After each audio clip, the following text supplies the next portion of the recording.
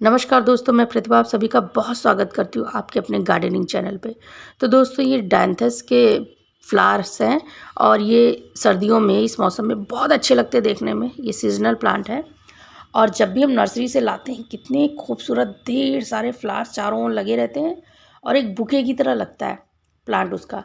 पर जब हम उसको घर ले आते हैं तो ये क्या हो जाता है कि जो भी फ्लावर्स उस समय लगे रहते हैं वो तो सूख जाते हैं और फिर उसके बाद ये सूखे हुए फ्लावर्स लगे रहते हैं इसमें 2 4 6 फ्लावर इधर उधर लगे रहेंगे और सब सूखे हुए लटके रहते हैं।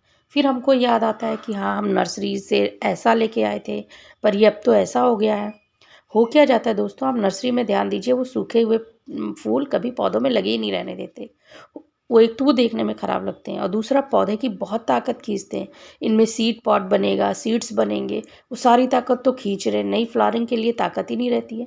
तो इसीलिए इन पौधों में हार्ड प्रूनिंग या छटाई बहुत ज़रूरी होती है।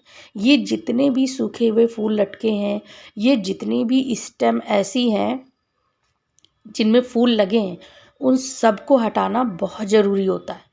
तो आप मोह मत करिए कि इसमें एक कली लगी है तो उसमें एक फूल लगा है, क्योंकि बहुत कम ही ऐसे स्टेम होंगे जिसमें कोई कली भी ना हो, कोई फूल भी ना हो। तो आप 1 2 3 फूल की लालच में, और ये जो नए शूट्स निकल रहे हैं ये फिर अच्छे से ग्रो नहीं कर पाते हैं। जब ये निकलेंगे, इनको ताकत मिलेगी, तब फिर से नए फ्लावर आएंगे, उसी तरह हो जाएगा आपका प्लांट जैसे आप नर्सरी से लेके आए थे। तो इसलिए आप अपने प्रूनिंग करिए पौधे की, और अच्छी प्रूनिंग करिए, हार्ड प्रूनिंग करिए।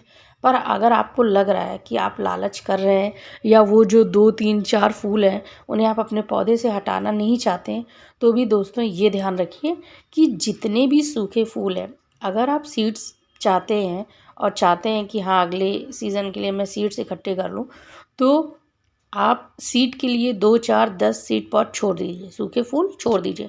बाकी सब काटते रहिए, छाँटते रहिए, नहीं तो पौधे को ताकत नहीं मिलेगी। ख़ासकर दोस्तों जो गमले में लगे हुए पौधे हैं, तो उनकी सारी ताकत तो फिर सीड्स बनाने में चली जाएगी। एक लिमिटेड सॉइल में लगे हुए पौधे रहते हैं, तो हमको उनकी प्रूनिंग हमेशा करते रहनी चाहिए। तो पुराने फूल और पुराने जो सूखे हुए फूल या जो सीड पॉट बन रहे हैं, बीज बन रहे हैं, उन सब को हटाते रहना चाहिए। ये देखिए, अब ये जो नए शूट्स हैं इनकी ग्रोथ अच्छी होगी, ये अच्छे से ग्रो करेंगे और ये फिर पहले की तरह ढेर सारे फ्लावर्स भी देंगे। तो जो भी फ्लावरिंग प्लांट है, ये देखिए मेरा डैंथस का है, इसकी भी प्रूनिंग बहुत ज़रूरी है। अब सब जितने भी फूल लगे हुए थे नर्सरी से आए थे, वो धीरे धीरे सूख गए। अब ये सूखे फूल लगे रहेंगे, फिर इनमें सीड पॉट बनने लगेगा। तो अच्छा यही है कि इनको हटा दिया जाए। इतनी ताकत पौधे में नहीं रहती कि इतने सारे सीड पॉट वो तैयार कर ले। तो अच्छे से इनकी प्रूनिंग करिए और खाद का ध्यान दीजिए, धूप का ध्यान दीजिए। खाद हर 10 12 दिन पर डालिए और कोशिश करिए कि लिक्विड खाद का इस्तेमाल करें, लिक्विड फर्टिलाइज़र। तो वो पौधों को जल्दी असर करता है और तेज़ी से असर करता है दोस्तों। इसीलिए लिक्विड फर्टिलाइज़र सबसे अच्छा होता है, खासकर फ्लावरिंग प्लांट के लिए। और इसको धूप अच्छी दिखाइए। कोई भी फ्लावरिंग प्लांट हो, लगभग लगभग सभी फ्लावरिंग प्लांट को अच्छी धूप चाहिए होती, तेज़ धूप चाहिए होती। तो कम से कम 3 4 घंटे की तेज़ धूप इनको मिलनी चाहिए, तब ये अच्छे से ग्रो करेंगे। और इनकी प्रूनिंग रेगुलर करिए दोस्तों, कोई सूखा फूल रहने ही ना दीजिए। तो आपके पौधे को और ताकत मिलेगी नए फूल या नए फ्लावर्स ग्रो करने के लिए दोस्तों। और इस सीज़न में फूल ही फूल रहेंगे आपके डायंथस के प्लांट में।